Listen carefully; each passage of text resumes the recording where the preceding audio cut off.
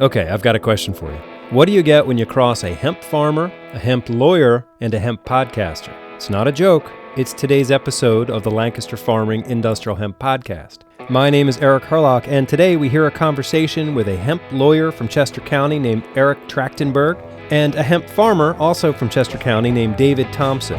All right, so David is a farmer and he's looking ahead at the 2020 season, and he doesn't think he's going to grow hemp this year because of the restrictive program here in Pennsylvania that's based on the new USDA interim rule. So I thought it would be an enlightening conversation to have Eric and David talk to each other about the 2020 program and the new rules and all that stuff. I'm sure you have a lot of the same questions, so we'll take a quick sponsor break and then get right into it. This episode is sponsored in part by S&SO Produce Farms in Goshen, New York, where they've got some exciting new clone varieties for sale this year, including Tangerine, Stray Cat, New York Royale, and more. Bred for the Northeast, these all-female clones are high CBD and will remain THC compliant. S&SO offers consultation for first-time growers, too. Connect on Instagram at SSO Hemp for pricing and more information. This episode is sponsored by Lancaster DHIA's Hemp Survivors Workshop, February 27th in Smoketown, Pennsylvania. Designed to help you make sense of 2019 and make a plan for 2020, the Hemp Survivors Workshop gets into the economics of hemp, harvesting and processing, how the new rules affect variety selection, plus a discussion of safety testing consumables, because the public needs to know if your product is safe. Register now for Lancaster DHIA's Hemp Survivors Workshop. Call 888-202-3442. David Thompson and Eric Trajtenberg, welcome to the Lancaster Farming Industrial Hemp Podcast.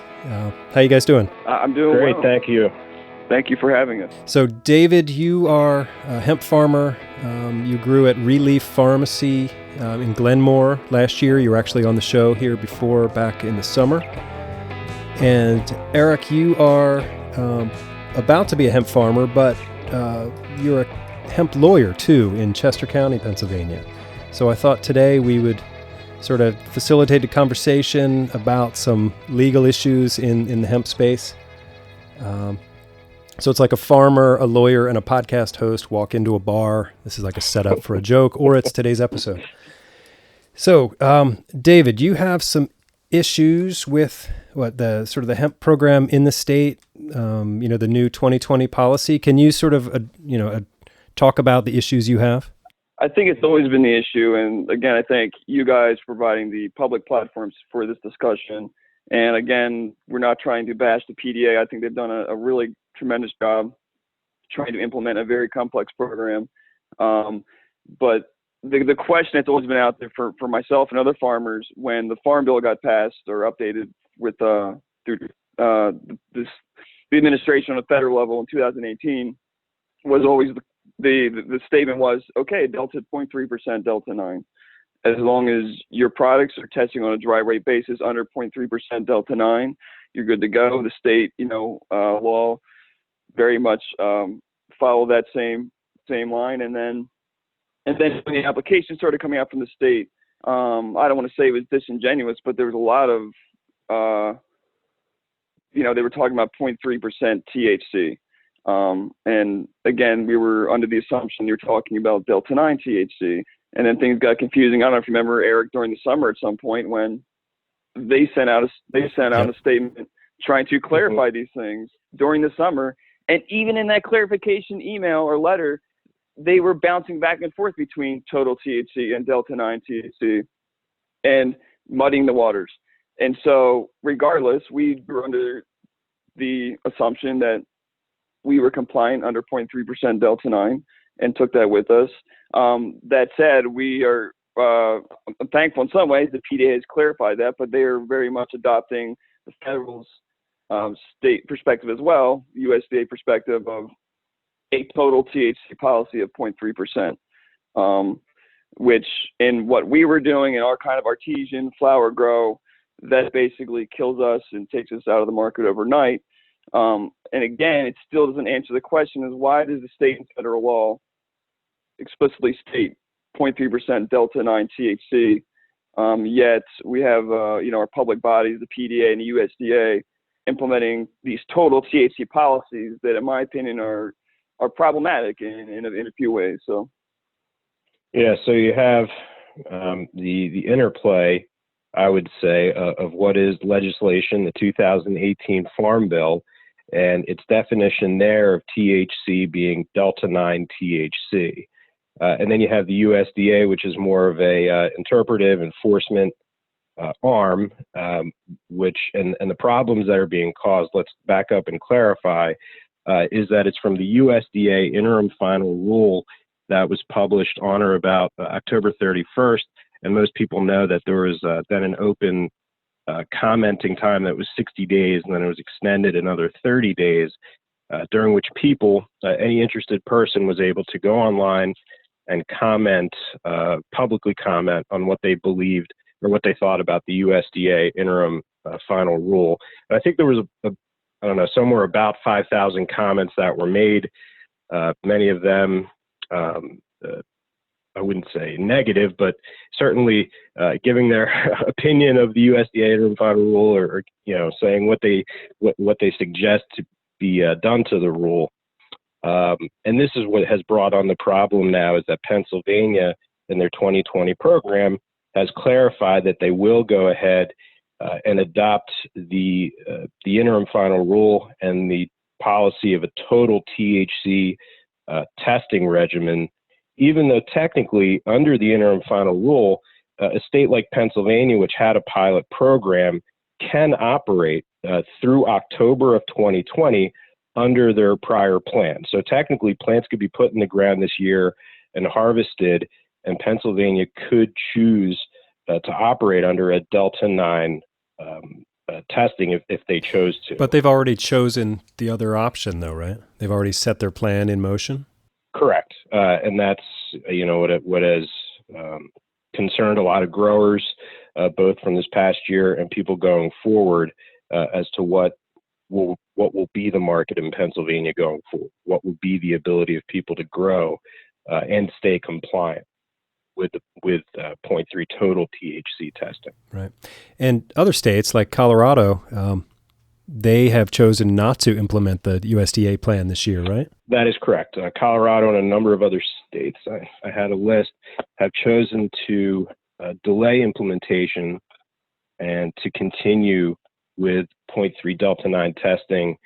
And it's a shame, I think, that Pennsylvania has switched to the total THC testing. It certainly puts farmers, I think, at a disadvantage in our state. I mean, on the one hand, it kind of, if that's where everything is going to be by 2021, if total THC is going to be how it's done in 2021 and going forward, then on the one hand, it's good for Pennsylvania to start that now, get us compliant, get us up to speed, make all the farmers know what they have to do.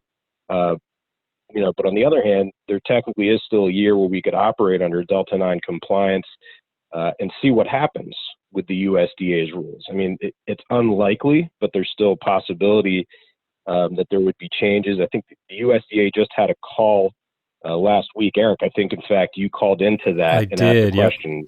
Yep. And, they made clear in that call that they're not going to be changing a lot of what they published in their interim final rule.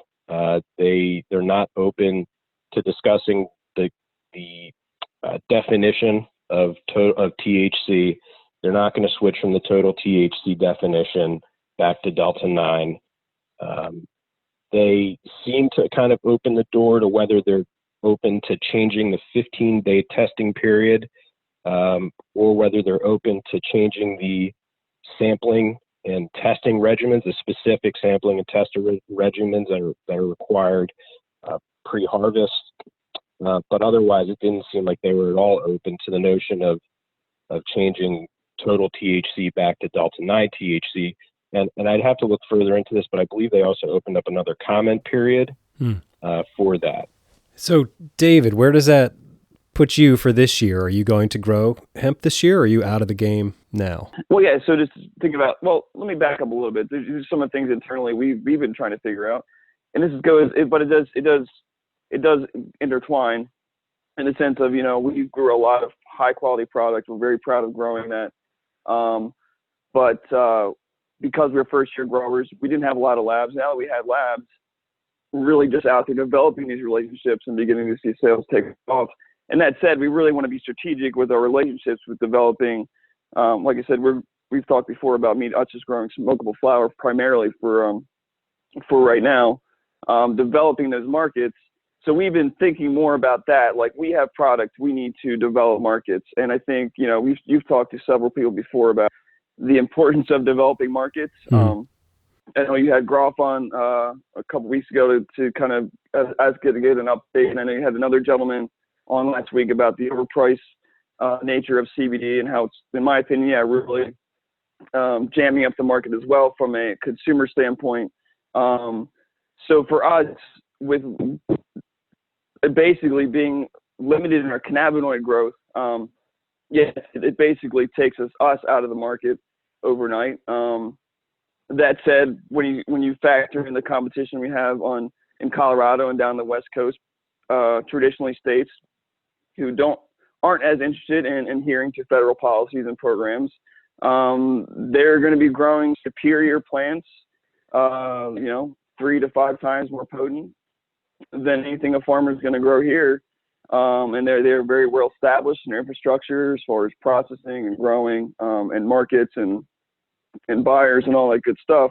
So for us, just looking at some of the specifics, just getting into genetics, I appreciate having Joe on your show a little bit ago talking about auto. I think it's a fantastic opportunity, but I think there's very small applications for that when he's toting, I think, between maybe 6 and 10% CBD, as well as our I'm looking back at our testing. Our plants would have been compliant, would have only been around 7% CBD. So there's no way that we. Well, I mean, listen, CBD and THC exist on a ratio, and just by knowing that ratio, you can very easily figure out how high your CBD percentage can be before your THC is going to be above 0.3. I mean, if it's existing at 20-1, you just multiply 0.3 times 20. That's 6%. So you're going to have at most 6% THC for that to be at 0.3 CBD or 0.3 THC or less. You're going to have 6% CBD. If that makes sense. And that's, to my opinion, that's just so low for us. Walking into a smoke shop who wants to sell, we're selling 6-7% CBD. No, it's not. Or viable. Going to a processor, and even that processing, crude, you probably might only get just 3 to 5 times that percentage point. You're not talking about very high quality crude oil. And then the other outlier is this whole CBG talk. But I don't really know where the market is scientists for that. There's no THC in it, THC free, or it won't be detected. Is it this THC alternative we can market? But it's just, in my opinion, it's just too risky to get in the whole CBD market. I'm getting emails from my partners out on the West Coast trying to sell for like $500 a pound, which is better than what CBD flower is going for locally right now. But to say, when everyone's growing CBD next year because they're trying to stay compliant, that'll just be down to $250 a pound, just like our CBD is right now locally. Yeah, and those concerns you raised right there are certainly the ones that are echoed in farmer chat groups all over the country. CBG is being promoted as a prominent cannabinoid that exists in different ratios to THC, and you can grow a CBG plant to maturity and not have the same worry about spiking above 0.3 THC. But like you said, everyone has that same question about what is the market for it. Currently, the CBD flower and biomass is being sold at 20 to 50 times the value of CBD. I should say the biomass is being sold at 20 to 50 times the price of CBD biomass. But no one knows really in a year where it'll be or if it'll be as desirable. And you're right that a lot of people may jump on that bandwagon for the 2020 grow season. It is also the genetics, the stability of genetics. Now we're getting a bunch of CBG emails, and it's like, I got this gen, and so it's just like, who do you go? Well, yeah, I mean, I know Oregon Seeds is reliable, but I know they've had problems in their genetics, especially if they're trying to push like a new genetic and a new strain. There's going to be issues with it. And for us, ultimately it comes down to us, for Eric, both you guys, is that we're just, our situation, Eric, we're a small time farmer, bootstrapping this whole thing. We don't have the opportunity to make, any, small errors with, selecting our genetics and even our seeds for that matter. So that's why it's really, it's kind of, we got to figure out what our position is. Selection of genetics. Selection of genetics was already the most important choice any farmer could make. Yeah. But now it's even more important. That's all. Yeah. And you really have to trust your seed guys, right? Yeah. We had one. And you have to ask for multiple post-harvest COAs. You have to make sure that the COAs are accurate as presented. There's been, stories of people doctoring their COAs or taking other people's COAs and and altering them, and really just have to be careful of who is your source. Ask for references, specifically ask for names of farmers in your geographical area who have grown those strains previously successfully. Don't be afraid to ask for specific verification of anyone who calls themselves a breeder of the validity of their seeds and the likelihood that the seed will stay compliant when grown. Any breeder worth their weight should have that information. So, Dave, other concerns that you have about the upcoming 2020 season? Well, I just think for Pennsylvania in general, I think CBD is the financial driver of the hemp industry. No ifs, ands, or buts. That's why, I'm not speaking for Mr. Goff or Steve, but he's backing away from hemp train because he's trying to implement markets, actual brick and mortar stores to actually get products into. And that's been my conversation, which again, we may not be doing the sexy thing next year and actually growing. But that said, we have a lot of relationships we've been invested in the last year plus with other farmers, other outlets that we're going to start tapping into, not just for us, but for other farmers as well, that we need to build the markets. The markets are not there. It's very clear that the fiber and grain markets aren't quite there yet on a mass scale, and the CBD markets are there, but there's all these challenges with the price points and all that good stuff as far as people getting in.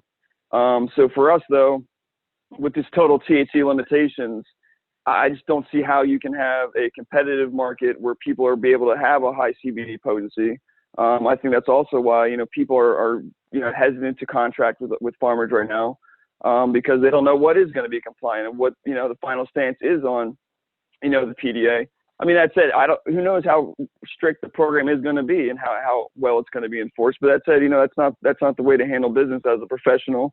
And we want to have some clarity and figure out, why are these policies adopted the way they are. So I think, in my opinion, there's other forces at play, other market competition forces at play that could be addressed. But I think that's really the sad fact is that I think the other forces at play in these markets are really keeping the cannabinoid, medicinal, terpene rich value of the plant down, which is really unfortunate. Yeah. How much biomass from last year are you sitting on? Well, so we did smokable flour. So flour-wise, we sat on about 100. We have about 100 pounds of flour. And then, we have a ton of biomass. We haven't necessarily processed because wasn't really in our thoughts. Everyone was contracting bigger fields. So, we'll bucket if we need to. It's kind of hang grind right now. But we're sitting on preserved like about 100 pounds of flour right now. And would that crop have passed if you had grown it this year? No, that's what I'm saying. I'm looking at this. This is the whole questions we've been kicking around as a team. What is going on? I've been approved last year. I'm sitting with potentially hot flour this year. And is that crop legal now, or is it still legal? That's my question, Eric. And that's so put ourselves out there in a public format, and it's like I see all over the place flour that is marketed and sold both in Pennsylvania and elsewhere, online and in retail, that is advertised only as compliant for Delta 9. Right. And this is a question that I somewhat asked, and that's our stance. That's our stance. Yeah, when we were at Eric, when we were at the farm show, and Fred and Sarah were there from the Department of Agriculture, and I asked kind of I tried to get at what the position is going to be of the department on kind of the retail end. And retail isn't really what they're enforcing. They're more for growers and harvest. And if what you grew was legal to grow and legal to harvest, that's kind of where their jurisdiction ends. And I would say the stuff that's already been grown and harvested and is already out of the ground. It was grown and harvested legally. And my perspective at least is that nothing has changed in the legality of that material. I know that there's going to be processors out there that if you tried to send this to a processor, they're going to be uncertain about taking it. They're going to be questioning whether they need to retest it based on what's in the new Pennsylvania program. I mean, that's another aspect of the program, that it seems that processors, before accepting material, are going to have it retested, retested by a third party. I don't know if you gentlemen have read that the same as me, but that's my interpretation, is that pre-harvest, 15 days pre-harvest, there's a test to ensure compliance. And then if you want to send that material to a processor, there's a requirement for them to retest. I didn't pick that up, so good luck. That could get problematic. It could also be a boon for the processors, right? Well, that's all complication too, is like, you say it ends with them pulling the plant out of the ground, and then they're processing, Eric, and I there's oil you can buy. It's like 7% THC distillate right now. Absolutely. That's not being regulated at all. That they will ship to my house today. And I go down to Save-A-Lot down the street, and they're selling 1% THC flower, and it says 0.3% Delta 9. You put the scan, and they go to the lab for the QR code, and on the lab it says 0.1% total THC. Excuse me, correct. 1% total THC. And so it's just insane that it's us as citizens of the Commonwealth are being restricted by people who don't even want to play by the game. It's like, know the game and just understand that you could equalize it by not implementing this ridiculously restrictive program. That in a sense, we're talking about 0.3 to 0.5% extra total THC. That's what we're talking about. And we're talking about, if we were able to grow with THCA, THCV, the Delta 9, all that stuff, we're really talking about you can grow a competitive plant at 0.7% THC. Yeah, now there's plenty of decent, very good flower out there that is about that 0.6, 0.7. And that's my point. Total THC, which is that's what we're arguing about right now. That's still nowhere near a psychoactive. Well, that's my point. And to include, the higher the CBD goes, CBD is actually endocannabinoid receptor blocker, which means it actually doesn't get you high because it doesn't let the THC get into your receptors. So if you want to talk about the science, the other thing is that it's really just done by molecular weight. The way they total the Delta 9 and 87.7% of THCA. That's just based on molecular weight. That Delta 9 is 87.7% of the molecular weight of THCA. But that's assuming 100% of efficiency of breaking down the THCA into Delta 9 to begin with. And so even if you're smoking, even if you're vaping, those are going to be the most efficient ways of breaking it down. There still aren't going to be 87.7% efficient. So just from the start, the assumption is not sound, and then it's just made worse by the testing regimens, the sampling regimens, the timelines just kind of make it worse and compound the issues. And actually, one other curious thought is, I don't know if you guys are, research anything into CBN, which is like more of an appetite stimulant, more of a sleep aid, kind of the melatonin of cannabis. And it's like the only way you can obtain CBN is it's an aged cannabinoid, so you have to wait for your CBD and your THC to break down into CBN. So it's like, I could have a hot crop. You could come test it, but let me grow it for another month or so, and it's all going to break down. And honestly, Eric, you're talking about the biomass I'm sitting right now. We're pretty convinced there's a hell of a lot of CBN in there because we just let it stay in the field. Broke down. And, we're pretty excited about the potential of having CBN. And there's a huge market for CBN. CBN is going for a ridiculous amount of money, $80 a gram, I think, or something, like that. That, we could have that market opportunity, but it doesn't seem like it's going to be there, and that's one of the things we're looking forward to next year. And just like, I don't see it, man. When you say $80 a gram, you're saying some sort of extracted format. Right, distillate. Sorry, distillate. Yeah, exactly. Okay. So how did it get to this? Like, who was giving the USDA information? How did they come up with these regulations that seem so far out of whack with sort of what has to happen in the industry? Some people would opine that until that some people would opine that major growers who right now own 500 plus acres and are growing hemp are going to be growing mostly for industrial purposes. fiber, rope, grain, that sort of thing, and don't care about THC percentages. And that's why the USDA has taken this position, and that the USDA is not so much, doesn't so much care about protecting the positions and market interests of CBD growers. That's what some people believe. So the USDA, published this rule that isn't going to have much effect on people who are growing for purely industrial applications. Right. Yeah, just to kind of, echo off of that, I think, the federal and state, I understand they have to implement very careful, federal policies, and I get that. But again, there's been no watch for CBD, and it or cannabinoids and terpenes in general. It begs the question: where is our, awareness of our, obsession with westernized medicine, particularly, our insurance and big pharma is the biggest lobbyist in our country. And I don't want to get on the soapbox or go in this dark hole, but, Epidiolex is being sold $125 a share, which is a cannabinoid. And, meeting with our lawyer, it made so much sense. He says, think about this. If I took one of my pills, my anti-anxiety pills or whatever pill I take, my cholesterol pill, and isolated one compound out of it and then put it in a drink and said that was, Bill's magic juice now, of course the FDA would come after me and not want this to happen. And they have an approved drug called Epidiolex from GW Pharmaceuticals, a UK-based company that is publicly traded. And we have problems in this country with our westernized way of medicine, frankly. And in my opinion, it's being kept down. I think there's also issues with medical marijuana in our state. Growers who need to profit from those growers as well. I mean, it boomed from $100 million last year to $500 million this year, a 500% increase in the industry. But there's still no flower on the market. And so it's just so frustrating to me, Eric, that I could be growing everyone's medicine, but I'm not allowed to. I can grow medicine, Eric, but I'm not allowed to. Yeah, because of all these forces that are playing, including law enforcement, which I don't hold it against them either. But they don't want to deal with the issue of trying to distinguish between marijuana and hemp.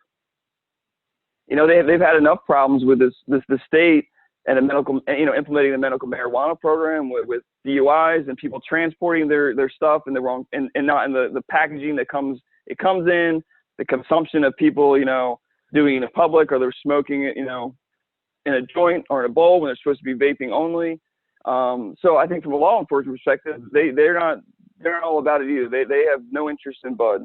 So all these external forces that are at play, I think, are keeping the cannabinoid the most important, the most valuable market opportunity for hemp is being kept down by some market forces that are pretty big. Well, yeah, I mean, it's still an emerging industry, even though it's been already out there for a few years. No one's putting the genie back in the box, but this is an attempt to kind of put a lid on its expansion, maybe slow down. I would agree. How many, 100%, maybe, put a slowdown on how many people are out there growing it, creating it, advertising it.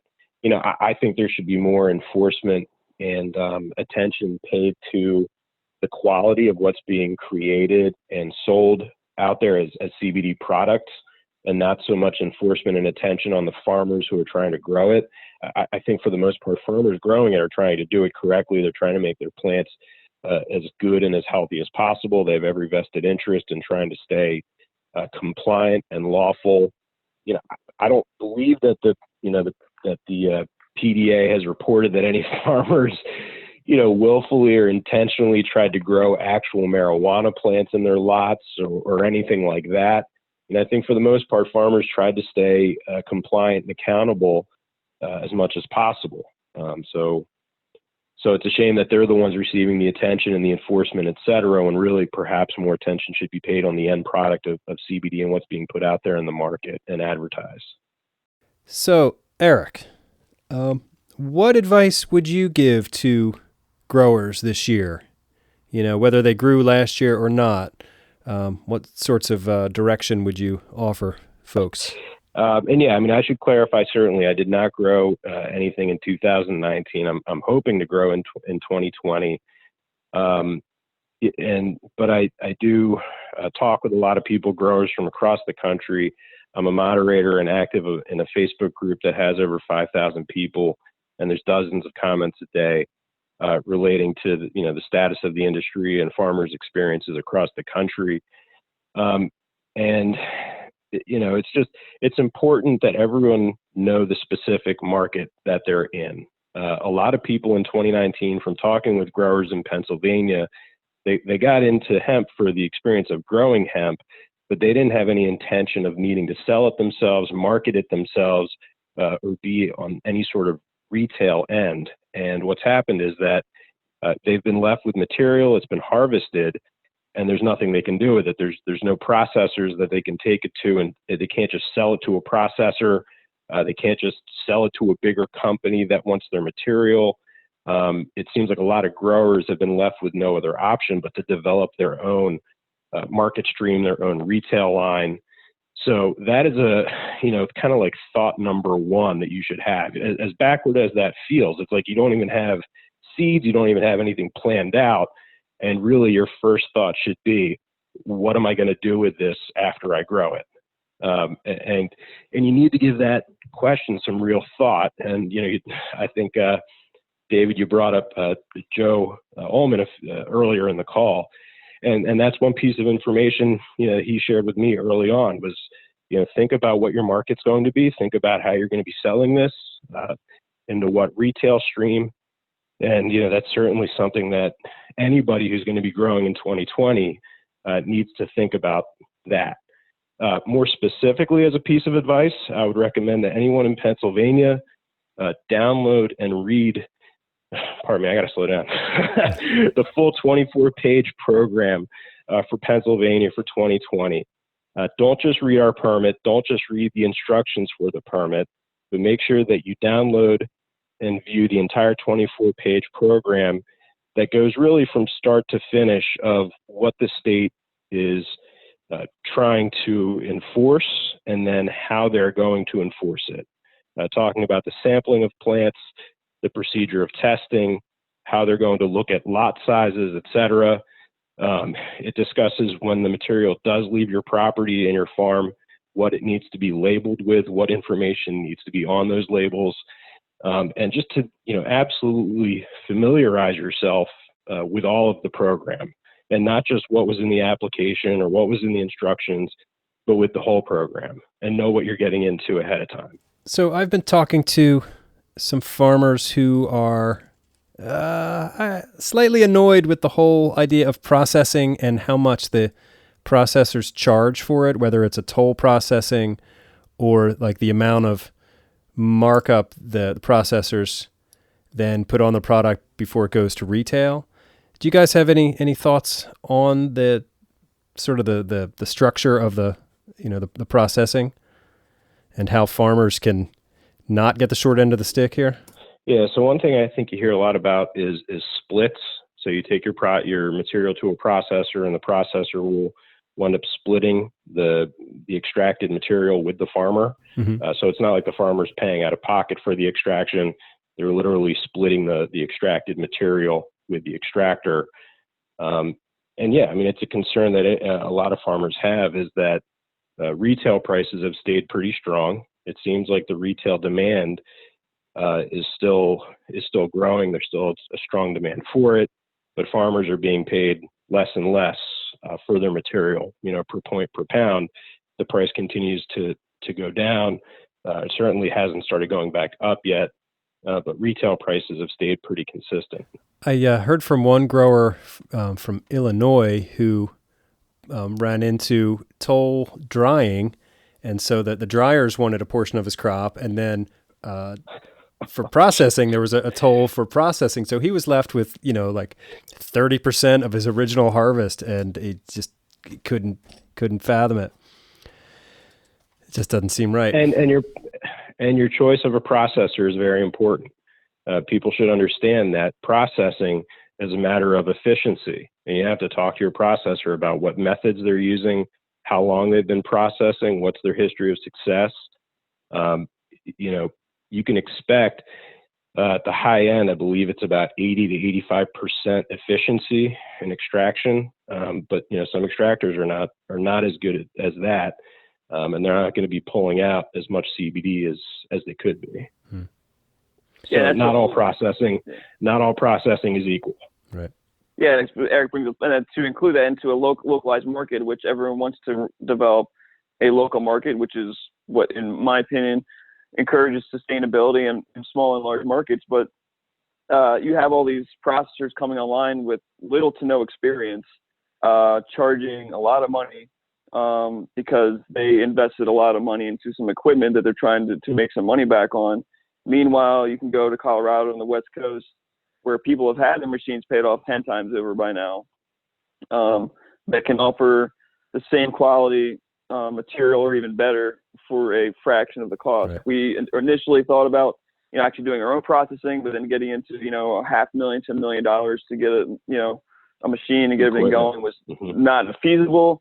And then so we just, we're just going to stick with smokable flower and see how things go. That said, I think the smokable flower market is going to hold true, but that is a very extremely niche market. And for us, it's getting into the whole conversation about developing your markets. Eric was I'd love to drive the point home is that know, and you've talked about, know your market, know where your product is going to end up. Like I said, our challenge was as first year growers is like, well, where are your labs? Well, here's some preliminary labs. Okay, let me see the final labs. Now we have final labs. And now we're entering into some discussions. We're developing some partnerships with just a few retail locations, because in our opinion, that's all we need. It helps and minimize our risk, increases our value, and also minimizes the risk for the outlet and maximizes their value. Because I think at the end of the day, the market is flooded with CBD in general, and nobody knows the quality of it. So I know there's super sacks of material sitting in warehouses that's still waiting to get processed, that's losing quality, especially from a terpene perspective or whatever. And so, and people shouldn't get scared from entering the market just because they hear those stories of thousands of pounds of unsold material somewhere, because you don't know what the quality of that material is. Exactly. It's going to be, if it's not good, it's going to be just totally overlooked as soon as there's anything growing in 2020. It's almost just not going to even be a variable if it's poor quality. And that's why I've been part of our challenge. Actually, I saw the market go from $600 a pound to about $200 a pound within 3 to 4 months. Yeah. And a lot of it is because of the quality, not just the volume, but also the quality, where people bought it $600 a pound, like, woohoo, I'm getting local high quality flower. And maybe they got the first good batch, but then, maybe there's not all the quality, there's not as much quality flower as there was to start with, and they're like, well, this is not as good stuff, and now you're getting into lesser and lesser. My point is, buyers don't even want to talk about buying $500, $600 a pound flower when everyone's talking about $200 and $250, especially on the West Coast, which is going for about $200, $250, sometimes even less for quality premium flower. So these are kind of the market factors we got to consider as far as we're competing with. Essentially, we're competing with an outlet that can go buy a pound for $250 off the West Coast, or do you encourage them to, spend a couple $100 extra to solidify a really local partnership where they're going to have a high quality product that's going to get delivered on time the way they expected it, and if it doesn't, they have a phone they can call, and you best be sure that I'm going to be back in their store and figuring out how we're going to make this right. And that's not what's happening in the industry right now. We're just growing it and getting rid of it and dumping it. And or then processing it and then just getting rid of it. But where is the accountability and all this? And I think it's kind of been touched about. But when you have all the CBD and products being generated with very little reliability as far as what exactly is in this product, and then the price points are all over the place because people don't even distinguish the difference between CBD extract and hemp extract. And then you look at you look at the QR code, you look at the lab, you're like, what the hell? I'm paying 4 times as much for 4 times as less, and this is happening. This isn't just like, and so there's a lot of skepticism in the market. That's why we wanted to enter the market, to kind of nullify that skepticism. Where you're buying it from. It's coming from our field. You can see our soil tests. You can see our labs. We're not spraying it. We're not doing anything to it. And That's the pride. And that's why on the one hand, regulation needs to be welcomed. Is because there's so much garbage out there that's being sold as CBD oil. I just a few days ago was speaking with a friend of mine with their father, who's probably in his 70s, and he was explaining that when he went to buy CBD oil, I believe in Florida, it was in a gas station in a back room where the guy opened up a door that looked like it would be an office, but instead it was just a room that had dozens of different CBD products. and this gentleman was saying, oh, it looked very valid. These things look totally legit, blah, blah, blah. So on the one hand, yeah, the regulation is to be welcomed because that type of crap should not be tolerated. It shouldn't happen. And I joked with him. I said, well, those were, horny goat weed pills a week ago up at the register. and they were, relabeled as CBD and put at the back. So, and everyone agrees that shouldn't occur. So the regulation on one end is welcome, but like I said before, it should be more on the end of what are people putting in the market, what are people being sold, and there's also plenty of companies out there who do reviews, but you never know who's paying them off or how valid they are. You always have to double and triple check everything that you see, but there's certainly information out there to try and help customers validate different companies. Yeah, I think, well, it is. Thinking about regulations too, I don't know if you actually have an answer in this, but where's the regulation as far as, you have to use chemical processing to actually, once you extract it, you need to have some sort of chemical chromatography process to take out the THC because it's guaranteed to be over 0.3% THC. Are you following so far? So my point is, correct. Where is that THC going? Good question. It's remediated out with the extracted material, and I'd have to look again, but especially now that all the labs are required to be, not for extraction. I guess all the labs need to be DEA certified for testing. All I'm saying is, where is all the THC going that's getting extracted out of the oil? I asked this question at the PASA conference last week. There was a panel discussion. Okay. And they have to destroy it apparently, and then I asked about the black market and, the guy was like, there's probably a black market. So who knows? There's just buckets of THC flying around. Well, to Eric's point, we need regulations. Don't get me wrong. I don't want getting high school kids stoned. Nobody wants to do that. We want to have regulated, safe market. Kids aren't, people have access to it. But because that's the thing we don't want to have happen. And that's been, my whole journey has been out of that dark gray market. And I'm excited to be in the light. So that's the reason why we wouldn't grow, is because I don't want to be in that position where I have to, make those compromises to be in that gray area again. You know what I mean? Yeah. And with the regulation of products, from what my understanding is that different states have different positions on what's appropriate, and that can even contradict what the FDA says. For example, I was speaking with an attorney from New York, and he told me that in New York, the products, CBD products actually are supposed to be labeled as dietary supplements, when the FDA is taking the position that they are certainly not supposed to be dietary supplements. And I asked the lawyer, is it a conflict of law? He said, yes, it is a direct conflict of laws. So, and we didn't discuss it much further than that, but I know in Pennsylvania, it's not supposed to be dietary supplements, consistent with what the FDA says. And that's also, like I said before, just where a lot of concerns come in is what is the quality control.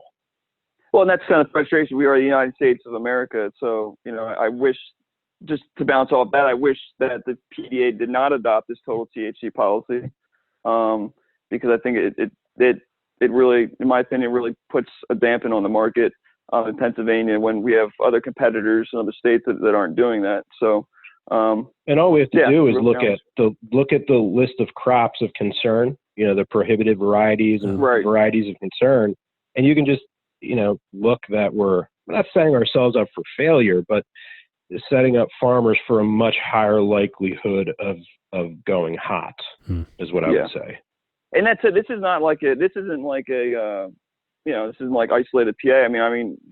This is a challenge we're going to have as far as farmers staying compliant. Because, I think Arizona failed 40+% of their farmers last year. Hawaii failed over 50% of their farmers last year, or nearly all of them actually, now to think about it. So, I mean, these are just the issues. I mean, I think the PA just kind of said, let's just throw everything at the wall and see what sticks. And now they're kind of tightening things up, which I understand in some respects. But, you know, I think we're going to have to be prepared for more people to fail next year, and how it's going to affect people. And to me, for us as small farmers, all this boils down to, for us from a business perspective, is the more uncertainty is equaling the more cost for us. And, you know, I can go down all the itemized things, why all of our expenses are higher than need to be in the cannabis industry, from banking to our liability insurance and everything else. Essentially, the more uncertainty there is in the market, the more it's costing the farmer. And so my recommendation is, if you have some money to throw out there, you're not expecting anything back, I still highly recommend growing hemp. We still have some internal things, like I said, on the sales, branding, market force, so we really want to get going before we really commit to growing next year. But that said, we're going to definitely be a resource in the game, no matter if we even have to pivot away from growing. So we're excited, but I just want people to know, like, it's more so that, well, the legislators obviously spoken, the Delta. I think the appointed people at the PDA needing to know, the more uncertainty they're creating in the industry, it's costing a lot more for the farmers. And yeah, the big farmers might be winning because they have more money in their pockets, but for the small farmers like us who are trying to experiment with 1 to 5 acres or whatever, it's really it's a challenge for us to grow competitively. Eric. Yes. In the beginning of the show, you talked about getting Pennsylvania to sort of roll back their 2020 plan and go back to the way it was. What's the likelihood of that, and how would you sort of get that going? How would you convince PDA to do that? So I don't really know the likelihood. I think it's worth an effort and a conversation to really nail the point home that Pennsylvania growers are going to be at a disadvantage in 2020 by using a total THC standard versus a Delta 9 standard. And that if we can have another year using Delta 9 testing, we should take advantage of that. In my opinion, take advantage of that and allow it. And like I said, I believe that, I forget when it's going to occur, but I believe that there is going to be an additional comment period for the USDA's regulations. I think it might be when they publish it as a final rule. Right. So anyway, I believe there's going to be an additional comment period. I don't know if anything would change federally, but there is the potential for that to happen. So I just don't see why Pennsylvania wouldn't take advantage of having another year, testing at a Delta 9 standard. And then also I should add a 30-day window as well for testing the harvest. Yep. Yeah, and so that's just my opinion. I think, Eric, is that I think Pennsylvania is, politically speaking, on a national scale, is under so much more scrutiny than you have in Colorado, Oregon, Washington, California. I mean, I know there's some big political power along the West Coast, but there are also the states that don't tend to follow federal rules very well, as maybe they shouldn't, because, like I said, we're the United States of America. So, that said, I think that's the challenge that we're facing right now, for sure. What about some of the other new things in the 2020 policy in Pennsylvania, like the minimum number of plants and acreage, and some of those like proximity factors? Like 200 feet from a residence. What do you think those are necessary changes, or do you welcome those? I would say sorry, interject real quick. I would say, honestly, Eric, from a social justice perspective, you're telling me that, someone in an urban environment can't grow their medicine or can't experiment with them is an issue to me. So we're, again, not allowing a very large segment of our population to experience what it could be like to grow and cultivate this plant. So that's kind of a real rub for me from an urban perspective. And then, that said, I do agree with the whole location between house to house, because I get some people don't want the smell. I mean, it blows around. And so I get that challenge. Yeah, as long as it's interpreted and applied in a rational way. That's it. I think what's his name, the gentleman from the forum at the farm show, I mean, explicitly said that they're not interested in having home grows or they're trying to prohibit home grows. Right.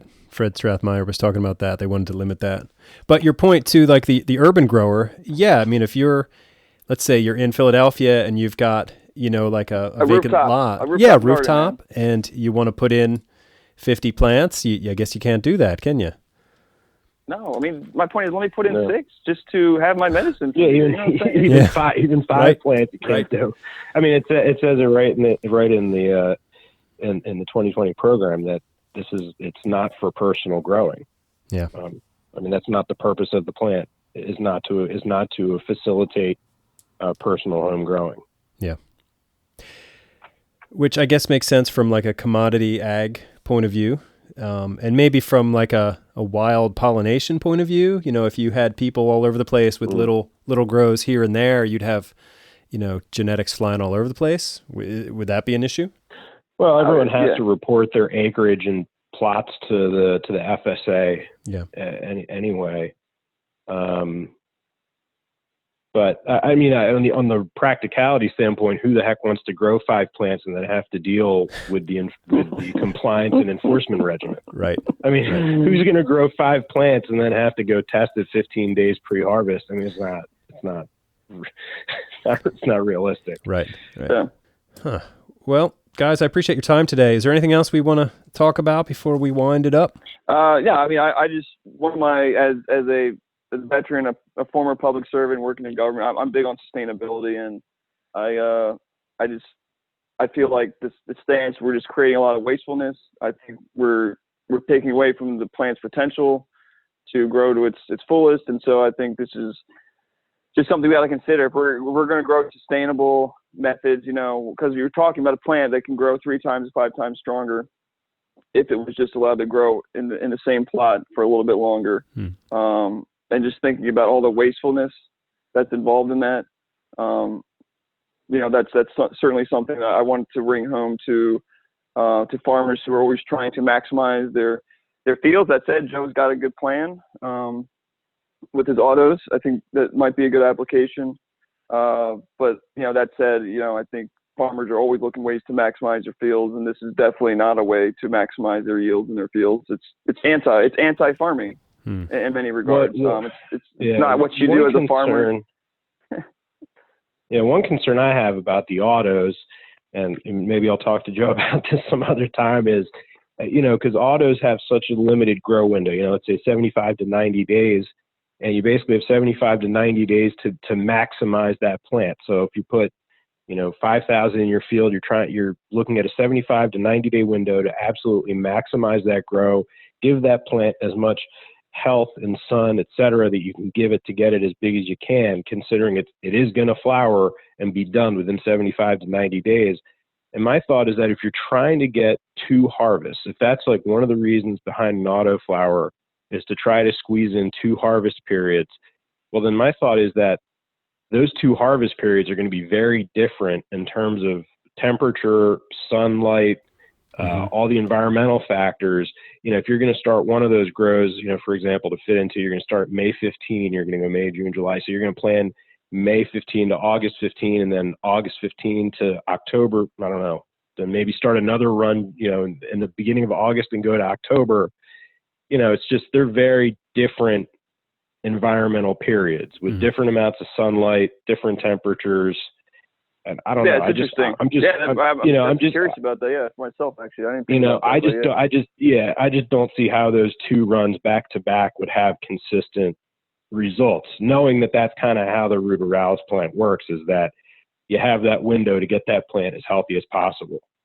So I think for me, I think the promise in the whole auto is how quickly it flowers, and more so I think too is, and then you don't have a lot of vegetation you're dealing with. So that's certainly I think about us growing flower, how much that we were just bucking leaves off fan leaves and fan after fan leaf, just trying to get off. So so to me the biggest promise with auto flowers is just from an actual industrial side, when you're talking about mechanizing something and harvesting plants. For sure. That you're not going to end up with a lot of vegetation process. The flower to leaf ratios is much better. Right. Tends to be much better. The idea of succession planting is interesting too, where you could put, let's say, like a quarter of your crop in and then a couple weeks later, you put the next quarter in, Mm-hmm. and that way, it definitely fit. Yeah, it comes to fruition in Yep. stages. Yeah. Yeah, it makes it more, for sure, makes it more manageable. It makes the harvesting more manageable. Yep. And like I said, you could feasibly get a crop to harvest, early, late August, early September, and kind of be the first to market. And usually, first to the door, you get paid first. So yeah, there's definitely some advantages of auto. But for us in the smokable flower world, a 6 to 10% CBD is just not going to do it. We need to be somewhere in the 15 to 20% to really be competitive with the rest of the market. Right. And also, I'm curious, I don't know if it's for now, but, I'm curious, considering there are states that are continuing with Delta 9, those states are going to be growing smokable flower with a Delta 9 standard. I don't know, but I don't think anything is going to be done to prevent those growers in those states from selling their flower into Pennsylvania. Just as an example of how it makes our market less competitive, is that those people are still lawfully growing their plants in their states under their plans with a Delta 9 level. Nothing in the interim final rule prevents, it doesn't prevent the interstate commerce. In fact, it says it's legal to ship the stuff interstate. So as long as it was grown and harvested lawfully, I don't believe that there's anything preventing people from sending it into Pennsylvania. Right. So, it's just, and this, I'm not saying anything different than what we've said before, but it's just a way to highlight. No, it makes sense. And to drive it home, because that's the thing, because that's my alternative. I'll be straight up with you, gentlemen. That's our business alternative, to linking up with our friends in Colorado on the West Coast and just buying it on a discount and reselling it. Yeah. Because it's not worth spending $600 a pound. But then locally. But then there's that. Yeah, but you know what? Then there's that question: if you're buying it here in PA and reselling it, are you a processor? And if you're a processor, do you need? And if you're a processor, then do you need to retest it when someone from Colorado sends you 5 pounds of flour in the mail? Do you need to retest that flour if all you're doing is breaking it down into eighths or quarters and reselling it at your front, at your window? Yeah. Do you need to retest that material? Because under the PA's program, it seems like a processor does. The question is, do you need a processor license to do that? Because the PDA doesn't want to regulate people who are purely really retailers as opposed to processors. So there's cross questions that get created by that. Yeah. Wow. We could go on all day, probably. I was hoping another can of worms, but yeah. Yeah, it is another can of worms. Right. So. Right. We'll have to save that for another day. Our time is coming to a close. David. And usually lawyers invite all this volatility and uncertainty, but since I'm a farmer as well, I guess I'm not for it. So, yeah. All right. Wasn't Thomas Jefferson a lawyer and a farmer? You don't have to answer that. That sounds right. Yeah. Sounds right. I bet he grew hemp too. Yeah, exactly. He did. All right. David Thompson from ReLeaf Farmacy in Glenmoore, and Eric Trajtenberg, a hemp lawyer in Chester County, Pennsylvania. Thank you both for your time. No, thank you, Eric. Thank you for giving us the platform. I really appreciate it, man. Really, really appreciate it. Thank you so much. You're welcome. Also mention Eric's legal services. We can find you at pahemplawyer.com. Correct. I appreciate that. Yeah, pahemplawyer.com. Yeah, pahemplawyer.com. And David, you have a URL for ReLeaf Farmacy? Yep, we're still at ReLeafPharmacy.us. .us. Okay. And that said, if any other farmers out there, we might be having some extra time on our hands this growing season, so that's the case. We are definitely looking to be a resource in the market to help you guys get through all these questions and all the challenges of growing for next year. So. All right, I'll put both your links on the show page for this episode. And all right, thank you very much for your time. Fantastic, man. I appreciate it. Thanks so much. Take care. Okay, wow. We covered some territory there on our long journey to the end of episode 73. Hope you enjoyed it. Hope you learned something. Let me know what you think about the 2020 playing field.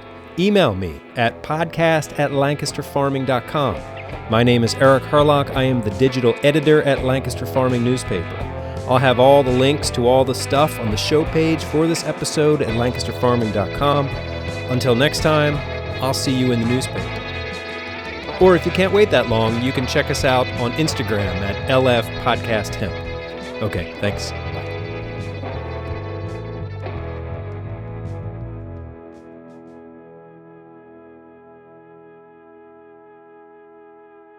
Industrial hemp.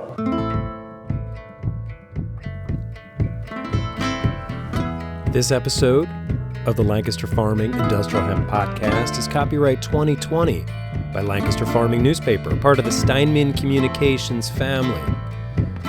Today's show was written and recorded, edited and produced by Eric Herlock. The music you hear is courtesy of Tin Bird Shadow.